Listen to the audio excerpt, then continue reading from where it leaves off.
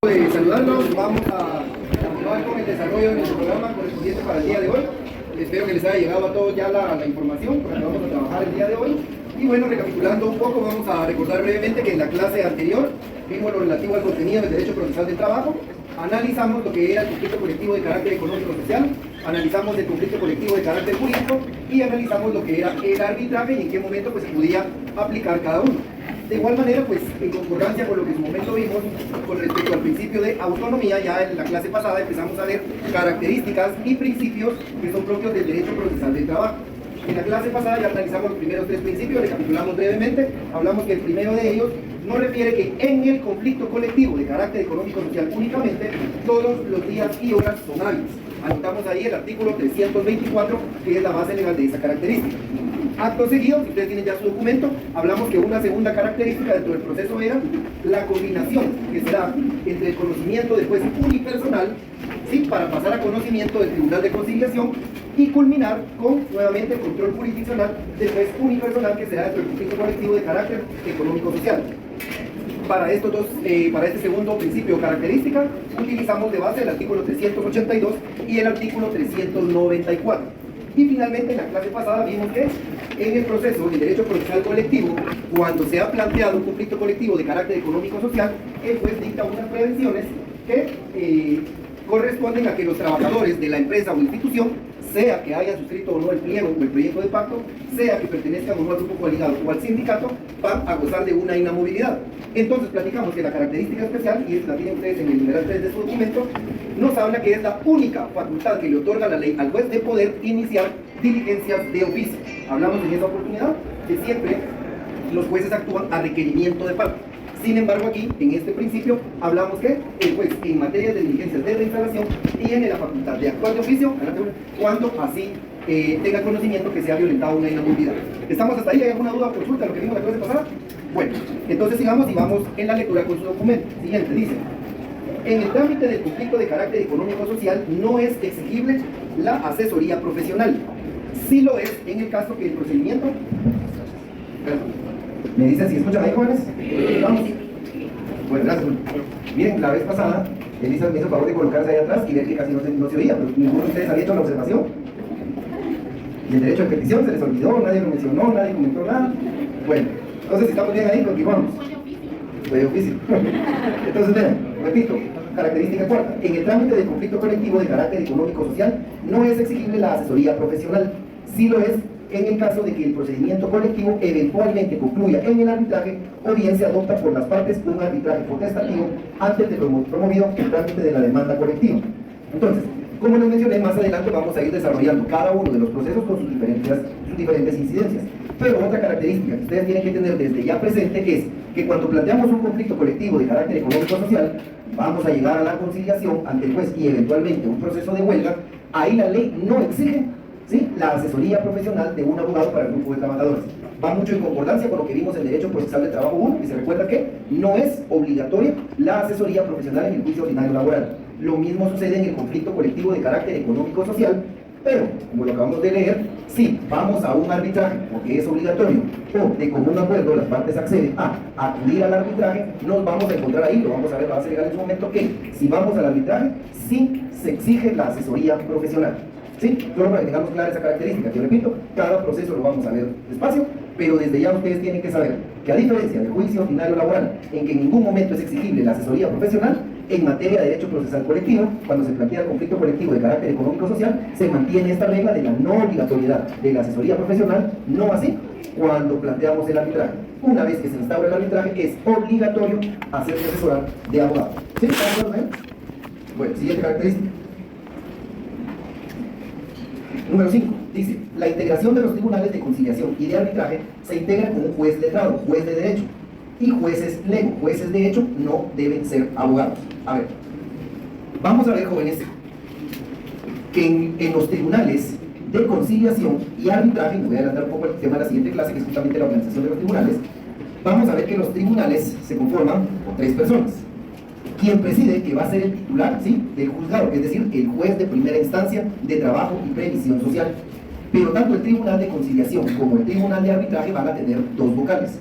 Un representante por el grupo de trabajadores, que ya vamos a ver cómo se designa, y un representante por los patronos, que de igual manera vamos a ver cómo se designa. Entonces, el tribunal queda conformado, repito, por el presidente del tribunal, que es el juez de primera instancia de trabajo y previsión social, y dos vocales, un representante de cada sector, un representante del grupo de trabajadores y un representante del sector patronal. La característica fundamental de estos dos vocales es que uno de los requisitos es precisamente que no sea abogado.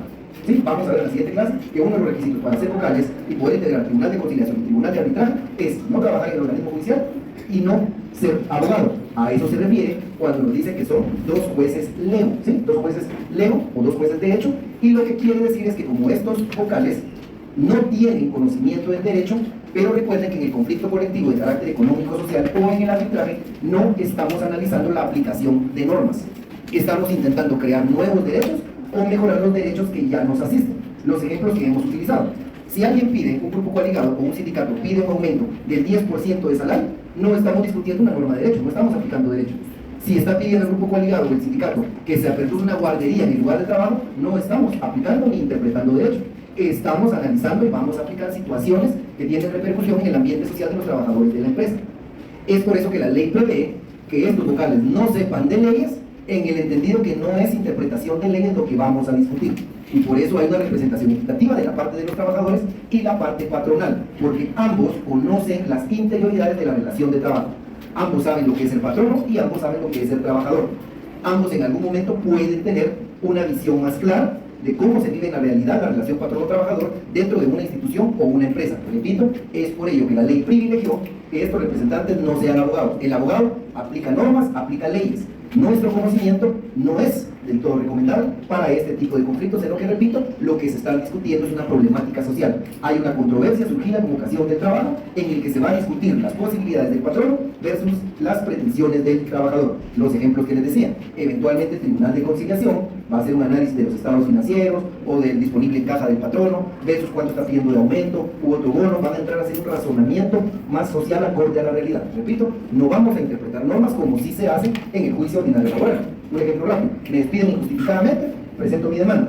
El juez de trabajo maneja la ley, establece, bueno, el artículo 78 establece que si el patrono no demuestra que lo despidió, se entiende por un despido justificado. Entonces, señor patrón, ¿cuáles son sus pruebas? Él sabe cuál es el tema de valoración de la prueba, cuáles son las etapas, etc. Aquí, repito, no vamos a aplicar leyes, por eso la característica es que el tribunal, repito, los dos vocales del tribunal, una de las características es precisamente no ser abogado, cosa que no sucede en el resto de judicaturas de las otras ramas del derecho, en donde incluso les puedo decir yo a ustedes, todavía hace unos 7 años habían jueces de paz principalmente que no eran graduados.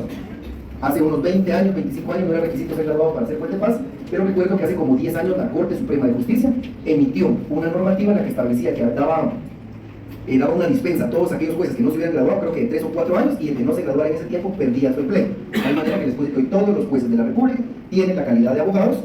Y repito, particularidad aquí es que uno de los requisitos es no ser abogado. ¿Sí? Característica especial. Adelante, señor.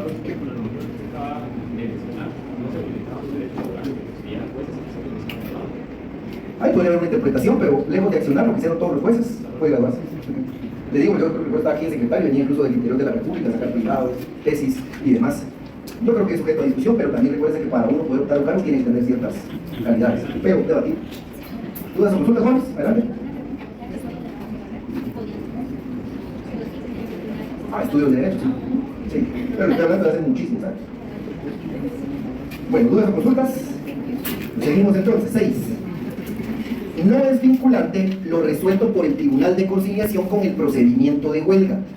Sí lo es con respecto a la sentencia que deba dictar el Tribunal de Arbitraje en el caso de la finalización del proceso, en el caso de que la finalización del proceso deba terminar en un tribunal de arbitraje. Y vámonos al artículo 391, artículo 391, Código de Trabajo.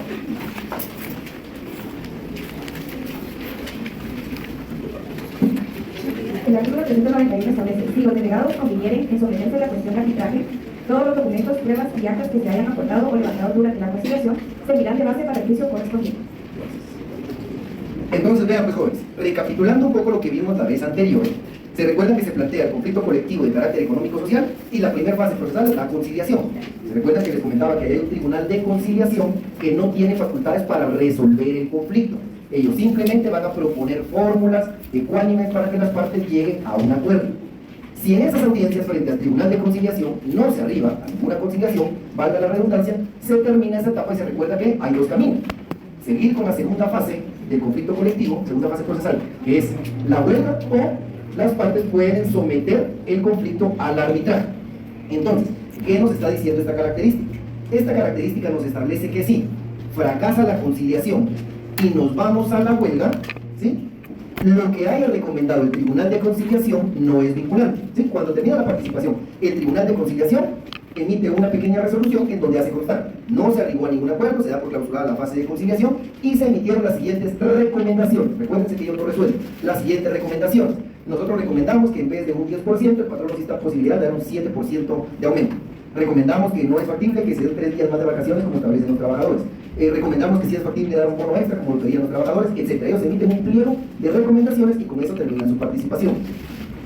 Si vamos a la huelga, entonces repito, damos por clausurada esta etapa y el juez de primera instancia, cuando declare si la huelga es justa o injusta, lo va a hacer a la libertad de lo que él considere y de lo que ha juzgado. Ahora, si nos vamos al arbitraje, este artículo 391, si ustedes leen, dice que tendrá de base lo recomendado por el Tribunal de Conciliación. Es decir, que en este caso, el pliego de recomendaciones que emitió el Tribunal de Conciliación sí es vinculante, ¿sí? Si vamos al arbitraje, el Tribunal de Arbitraje sí tiene que tomar en consideración lo recomendado por el Tribunal de Conciliación. Llevándolo a la práctica quiere decir entonces que si fracasó la conciliación, yo leo el pliego de recomendaciones y ya sé que en un altísimo porcentaje eso es lo que va a resolver el Tribunal de Arbitraje, porque la ley le obliga a que lo tome de base. Repito, es vinculante. Y obviamente, pues lo que vaya a variar deberá ser debidamente fundamentado y justificado por el Tribunal de Arbitraje. Entonces, recapitulando, si la conciliación fracasa, el Tribunal de Conciliación emite un pliego de recomendaciones. Si vamos a la huelga, ese pliego de recomendaciones no es vinculante. El juez declara si la huelga es justa o injusta, de acuerdo a lo que juzgue en ese momento. Si fracasa la conciliación y el Tribunal de Conciliación emite su pliego de recomendaciones y vamos al arbitraje, ese pliego de recomendaciones sí se vuelve vinculante y lo debe tomar como base el Tribunal de Arbitraje. ¿Dudas? ¿Consultas? ¿Todo claro? ¿Será que puede repetir esto? Si la conciliación fracasa, se va? Es que si la conciliación fracasa tiene dos opciones. Puede acudir a la huelga, ¿sí?, continuar con el conflicto colectivo de carácter económico y social y nos vamos a la huelga, o pueden las partes considerar someter al arbitraje conflicto. ¿Queda claro, jóvenes? ¿Vamos bien? ¿Sí? ¿Seguros? Siguiente característica. El Tribunal de Arbitraje puede dictar sentencias ultra petito, es decir, más allá de lo pedido. Vámonos a nuestro artículo 403 del Código de Trabajo. Artículo 403, Código de Trabajo. Artículo 403 establece: la sentencia resolverá por separado las peticiones de derecho de las que importen reivindicación económica o social, que la ley imponga o determine y que estén entregados a la voluntad de las partes en conflicto. En cuanto a esas últimas, puede el Tribunal de Arbitraje resolver con entera libertad y conciencia, negando o accediendo total o parcial a lo pedido y aún concediendo cosas distintas de las solicitadas. A ver, entonces aquí existe otra característica que hace especial al derecho procesal del trabajo. Esta es la única norma en todo el derecho guatemalteco que faculta a un tribunal a resolver ultra petita, dice a resolver cosas distintas de la solicitada. Subrayen ahí, cosas distintas, ultra petito. Entonces, petito, ultra petito. Subrayen ahí, cosas distintas. Reitero, este es el único caso en la legislación guatemalteca en donde la ley faculta a un tribunal que resuelva más allá de lo pedido. ¿Y por qué consideramos que hizo esto el legislador? A ver, recuérdense que, otra vez, el famoso principio de necesidad que nos lleva a la progresividad que deben tener los derechos de los trabajadores. Ya hemos visto acá que cuando se norma un instrumento colectivo, este va a tener una vigencia y que eventualmente al tiempo habrá que considerar entablar otra negociación colectiva, porque evidentemente los derechos de los trabajadores, repito, están llamados a ser mejorados, la progresividad. Es por eso que el legislador dotó de esta facultad al Tribunal de Arbitraje, precisamente pensando en que pueda resolver cosas que prevean un conflicto futuro, ¿sí? Tratemos de poner un ejemplo práctico. Supongamos que por la clase de trabajo, pensemos que es un trabajo que requiere mucho esfuerzo físico, los trabajadores están pidiendo 2 días adicionales de vacaciones al año. Y el tribunal de arbitraje, cuando revisa la documentación, se da cuenta que evidentemente el tipo de trabajo requiere una carga física extra y logra determinar que también el personal que tiene el patrono o la disponibilidad de recurso contable le permite contratar otro grupo de trabajadores.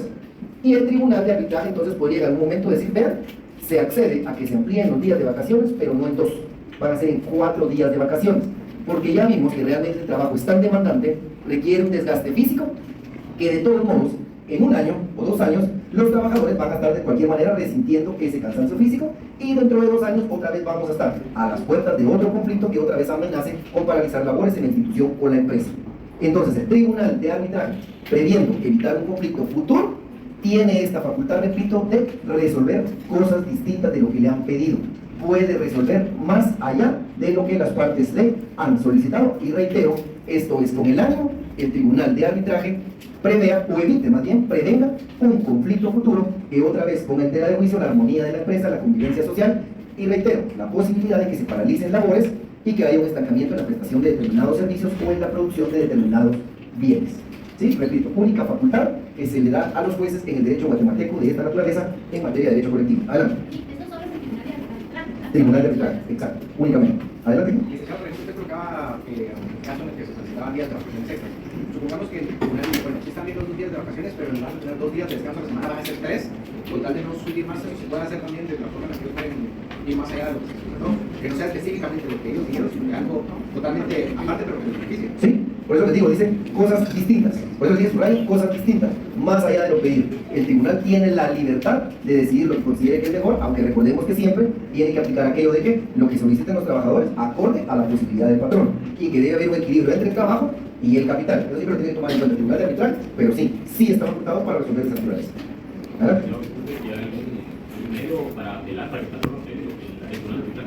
Sí, recuerden que lo vimos el semestre pasado, recurso de apelación contra todas las sentencias emitidas en primera instancia, cabe el recurso de apelación.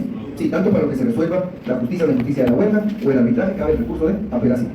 Sí. ¿Dudas, consultas, jóvenes? ¿Vamos bien?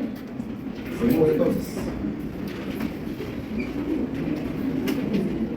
Octavo, la apreciación y valoración de la prueba debe hacerse de acuerdo con el sistema denominado leal, saber y entender de los jueces. Artículo 412, jóvenes, nos vamos al artículo 412. 412. Artículo 412 establece: los tribunales de conciliación y arbitraje apreciarán el resultado y el valor de las pruebas según su leal saber y entender, sin sujetarse a las reglas del derecho común. Entonces veamos, jóvenes, otra de las características particulares que tiene el derecho procesal del trabajo es su sistema de valoración de las pruebas. Se recuerdan que ya en el juicio ordinario civil, en materia procesal colectiva, pero individual, vimos que existía un sistema de apreciación y valoración de la prueba que era muy flexible para el juez. Hablábamos del sistema de apreciación y valoración de la prueba en conciencia. Aquí, en el derecho procesal del trabajo, la ley le faculta, dice, a los tribunales de conciliación y arbitraje a que aprecien el resultado y valor de las pruebas según su leal saber y entender. Este es entonces el sistema de valoración de la prueba en el derecho procesal del trabajo. ¿Sí? Repito, que esta es la manera en cómo se van a apreciar y a valorar las pruebas en el derecho procesal del trabajo, de conformidad con el leal saber y entender de quienes integran el tribunal. ¿Y a qué se refiere esto, jóvenes? Otra vez vamos a lo que hemos venido platicando. Por la naturaleza de lo que es objeto de la controversia, que reitero, a diferencia de otras ramas del derecho, en lo que estamos discutiendo es la aplicación de leyes, caso que aquí es distinto, aquí el conflicto no se trata de la aplicación o la interpretación de normas. Aquí estamos hablando, repito, de crear derechos o de mejorar los ya existentes con base a las posibilidades del patrón. Es por esto que el Código de Trabajo le deja la libertad, amplia libertad, a quienes integran el tribunal para que valoren las pruebas acorde a lo que perciben, acorde a su experiencia y acorde al conocimiento de su entorno social. Va de la mano de lo que platicábamos de los tribunales de conciliación y arbitraje en cuanto a que 2 de sus integrantes, un requisito precisamente es no ser abogado. ¿Vas a escribir? No puedes. ¿Pasa? ¿Pasa?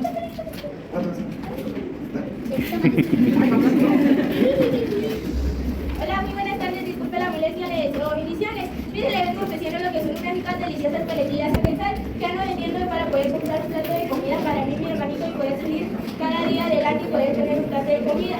Yo se lo agradezco a ustedes por puedan ayudar y interceder todo lo que le nace del corazón. Muchas gracias y que Dios los bendiga. Gracias.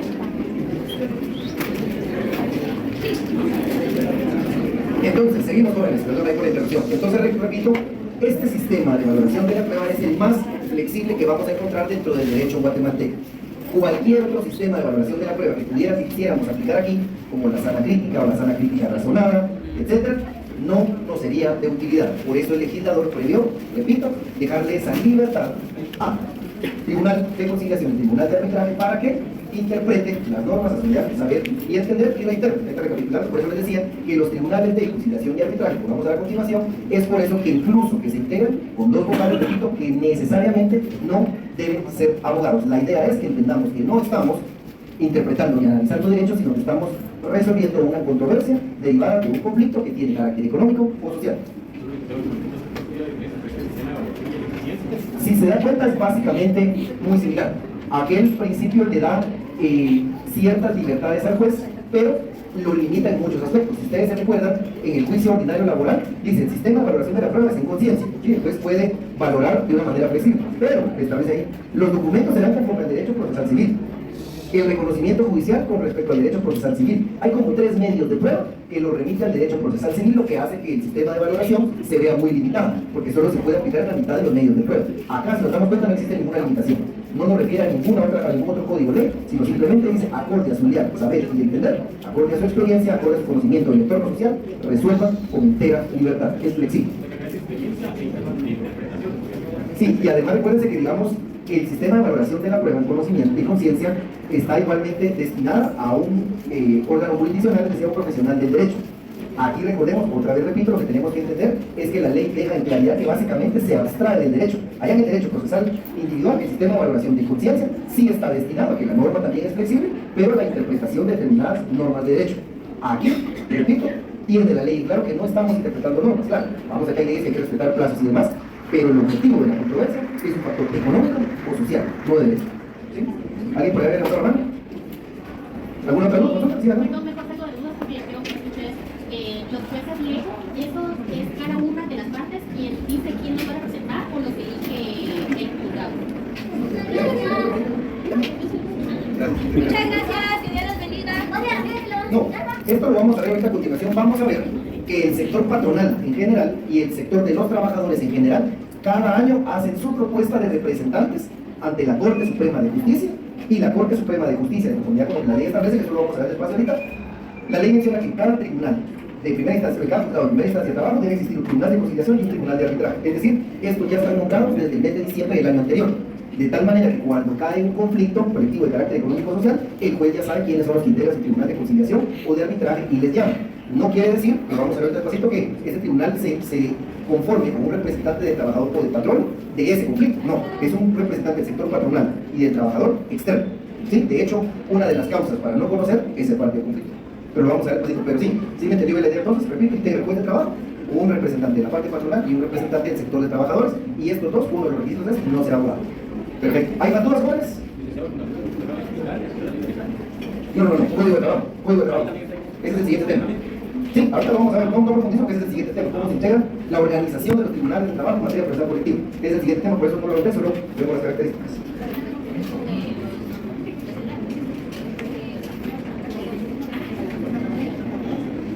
Uno representa la parte patronal y otro la parte de los trabajadores.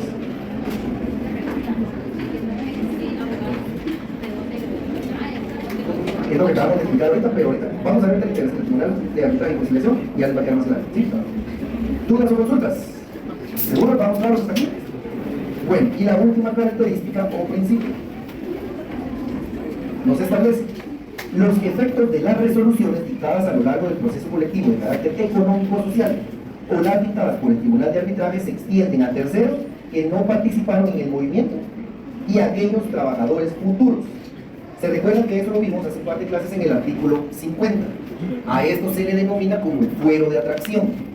Y el fuero de atracción lo que nos indica es que se van a beneficiar tanto del resultado del conflicto colectivo de carácter económico-social como del arbitraje los siguientes trabajadores. 1. Quienes participaron y aprobaron el conflicto. 2. Los trabajadores de la totalidad de la empresa hayan o no hayan suscrito el conflicto, sean o no sean del grupo coaligado o del sindicato. Y 3, aún los trabajadores futuros. Se recuerdan que vimos hace un par de clases, repito, supongamos que hoy todos nosotros somos parte de una empresa y se suscribe un pacto colectivo de condiciones de trabajo en donde se establece que va a haber un beneficio de 5 puntos para el primer parcial. Si alguien viene el otro año, no le podríamos decir, mira, veniste tarde porque hace un año se dio un beneficio. No, el que venga el siguiente año también va a tener ese beneficio. A eso se resume esta característica al principio. Repito, cosas que no suceden, ¿sí?, en otros ámbitos del derecho. Si vamos a un tema civil, si vamos a un tema mercantil, el titular del derecho va a ser aquel que ha ejercido su legitimación y ha accionado ante los tribunales de justicia. Igual en materia penal, la responsabilidad personalísima, etc.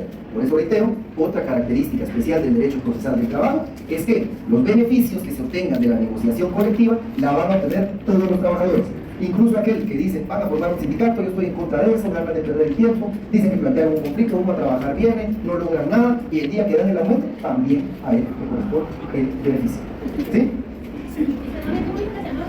Atracción, fuero de atracción, que significa que atrae a todas las partes dentro de la institución o empresa a los beneficios de la negociación colectiva. Y repito, eso estaba en el artículo 50, ahí encontramos los 3 numerales, dice, las estipulaciones del pacto colectivo tienen fuerza de ley a las partes que lo han suscrito, de todas las personas que trabajen en la empresa en el momento de entrar en vigencia del pacto y los que concierten en lo futuro contratos individuales de trabajo. ¿Alguna duda o consulta hasta dónde vamos, jóvenes? Con el contenido del derecho procesal del trabajo, sobre sí, adelante.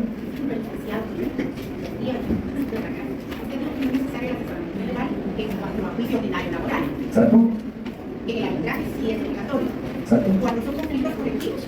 Ahí tampoco, por eso mencioné que en la conciliación no es necesaria la asesoría de abogado. En la conciliación no es necesaria la asesoría de abogado. Si vamos al arbitraje, sí ya es necesario acompañarse de un abogado. Cuando vamos específicamente al arbitraje, recuérdense que cuando se plantea el conflicto colectivo de carácter económico social ya estamos en tribunales. Y este tribunal de conciliación ya es el tribunal del organismo judicial, es dentro de la sala de audiencias, pero en esta conciliación no es necesaria la asesoría de abogado.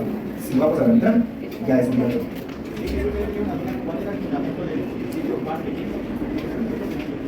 ¿Cuáles son?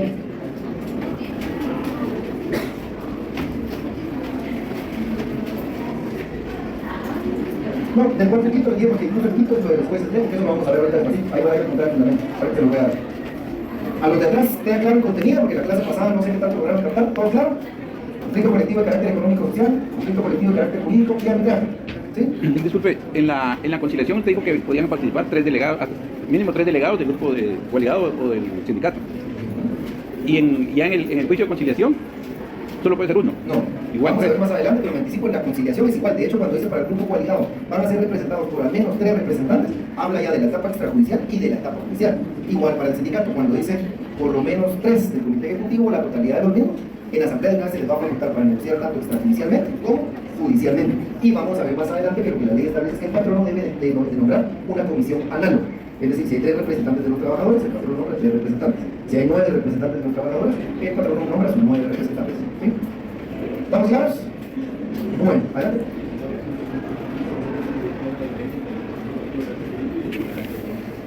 Bien, pues, recuérdense que el conflicto colectivo de carácter económico-social, platicamos que era la herramienta efectiva que los trabajadores organizados tenían para plantearle judicialmente al patrono una negociación cuando éste se negó o no llegaron a un acuerdo extrajudicialmente. La finalidad de la creación de nuevas o mejores condiciones de trabajo. Este es el conflicto colectivo de carácter económico-social. O sea, su finalidad, repito, crear y mejorar condiciones de trabajo. Ahora, el conflicto colectivo de carácter jurídico o de derecho fue el que les dije que tenía la equivalencia a un juicio ejecutivo. Es decir, todo lo que logré a través del conflicto colectivo de carácter económico-social, ahí se logró un pacto colectivo de condiciones de trabajo, nos aumentaron 10% de salario, 2 días más de vacaciones, pero todo eso que se planteó en el documento no me lo cumplieron. Entonces planteo el conflicto colectivo de carácter jurídico de derecho para reclamar que obligatoriamente se me cumpla con lo que me han dejado de cumplir. Exacto, exacto. Sí, si no hay una sentencia, digamos, si no hay un pacto colectivo o un convenio colectivo que haya surgido de un conflicto colectivo de carácter económico social, o no existe una sentencia de arbitral o un auto arbitral, evidentemente no vamos a poder plantear el conflicto colectivo de carácter jurídico de derecho, porque este ya no es para crear nuevas condiciones, sino es para obligar a la parte que ha incumplido a que cumpla con lo pactado.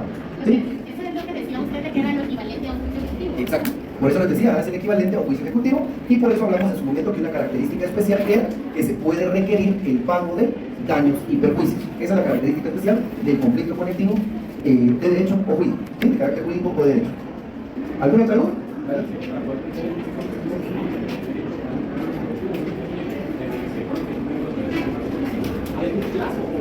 Otra vez lo que les decía, vean su artículo 258 en adelante, donde está la prescripción.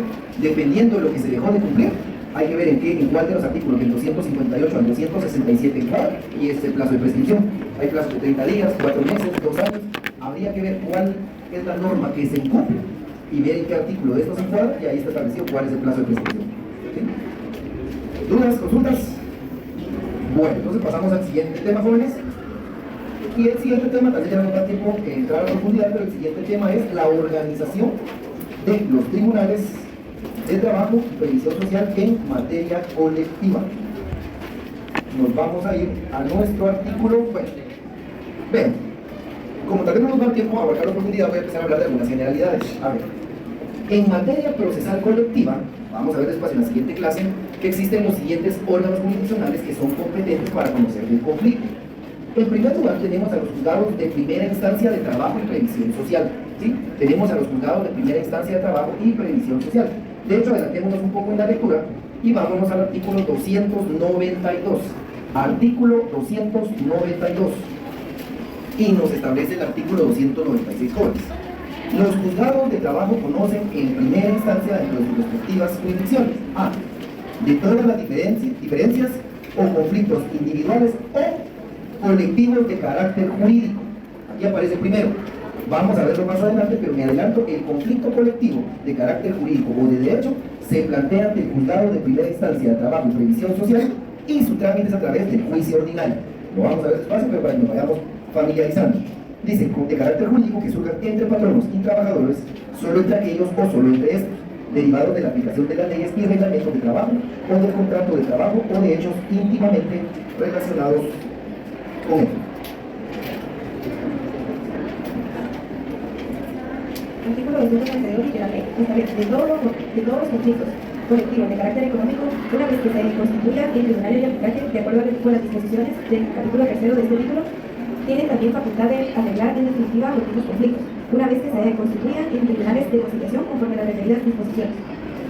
Entonces, para ir nuevamente, repito, haciéndonos una idea, ya vimos, pues, en la literal A nos establece, el juez de primera instancia de trabajo y previsión social tiene competencia para conocer el conflicto jurídico de carácter, conflicto colectivo de carácter de derecho o de carácter jurídico.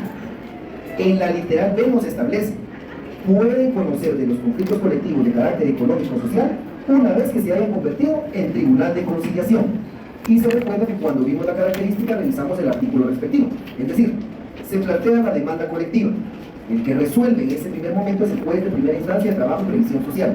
Él va a resolver que se tiene por planteado el conflicto y que a partir de ese momento se dictan las prevenciones correspondientes y los trabajadores gozan de inamovilidad. Técnicamente lo que dice es que queda prohibido a patronos y trabajadores tomar represalias unos contra otros. El artículo 381, 82, como lo vimos la clase pasada y lo vamos a ver el lunes, se recuerda que establece 12 horas después el juez tiene que convocar al tribunal de conciliación. ¿Sí? Entonces, dentro de ese juzgado de primera instancia de trabajo y previsión social en el que existía un juez unipersonal, a las 12 horas ya está constituido un tribunal de conciliación. Ese juzgado de primera instancia de trabajo y previsión social se convierte en un tribunal de conciliación. Y en la segunda parte de la primera parte de esta literal B, también establece que van a conocer conflictos sometidos al arbitraje cuando se constituyan en un tribunal de arbitraje.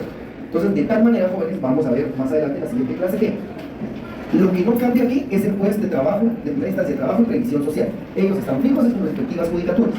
Entonces, si se plantea un conflicto colectivo de carácter económico y social, ese juez llama a los vocales del Tribunal de Conciliación y se integra. A partir de ese momento empieza entonces ya el trámite de conflicto colectivo de carácter económico y social. Si fracasada esa conciliación, o previo a esa conciliación las partes deciden someter al arbitraje la disputa, entonces el juez lo que hace es convocar a los vocales de su tribunal de arbitraje. Y ese juzgado de primera instancia de trabajo y previsión social ahora es un tribunal de arbitraje. ¿Sí? Y finalmente en esta jerarquía de derecho o la organización de los juzgados de trabajo en materia colectiva, vamos a ver que de igual manera se encuentran las salas de la Corte de Apelaciones de Trabajo y Previsión Social, que lo vamos a repasar de igual manera el próximo día de clases, pero vimos el semestre pasado que se conforma por ¿cuántos magistrados? ¿Las salas por cuántos magistrados? 3 magistrados, un presidente y 2 vocales, y que a su vez el Congreso elige suplentes, ¿sí? De un proceso de comisión de postulación, que por cierto estamos en este momento ahorita leyendo cortes, si lo han visto en las noticias. Parte muy importantísima, jóvenes, por si se me olvida el siguiente día de clase, hace 2 días la Corte Suprema de Justicia emitió el acuerdo en el que da la competencia de las salas de trabajo y previsión social. Se acaban de crear 2 salas de trabajo nuevas, ahora estamos hasta la sala 6ª de trabajo y previsión social, y en ese acuerdo de la Corte que salió el día lunes, establece que el juzgado va a conocer cada sala. Siempre les digo que en clase nunca entramos a analizar a profundidad los acuerdos de la Corte porque esos cambian constantemente. Ese lo emitieron ahorita, pero el 14 de octubre cambia la Corte y la Corte emite un nuevo acuerdo. Entonces nuestra responsabilidad como abogados es estar actualizados en este tipo de acuerdos. No vaya a ser la demanda que tenemos el acuerdo viejo y resulta que cuando vamos a interponer la demanda de un cliente lo hacemos ante un juzgado que ya no es el competente. Es bien delicado, jóvenes, entonces les dejo este dato para que ustedes puedan tener a la mano. La red encuentran este acuerdo de la Corte Suprema de Justicia que va en la mano de lo que estamos viendo el día de hoy.